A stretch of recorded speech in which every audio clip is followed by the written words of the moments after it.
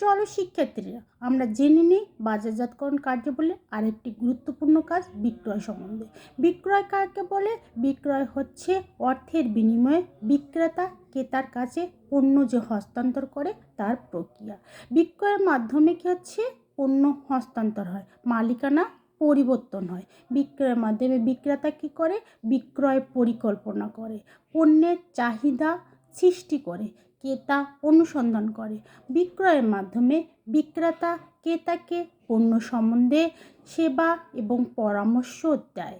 যেমন শিক্ষার্থীরা, আমরা ঔষধ ফার্মেসিতে ঔষধ কিনতে গেলে আমাদের কোন ঔষধ কখন খেতে হবে সেটা বলে দেয়। বিক্রয়ের মাধ্যমে কী হচ্ছে? পণ্য সম্বন্ধে প্রসারমূলক কার্যক্রম গ্রহণ করে বিক্রয় কর্মী। যেমন বাজারে কোনো নতুন বিস্কিট এলে তখন বিক্রেতা বলে দেয় বাজারে এই বিস্কিটটা নতুন এসেছে, খেয়ে দেখেন বিস্কিটটা নাকি ভালো। এতে কী হচ্ছে?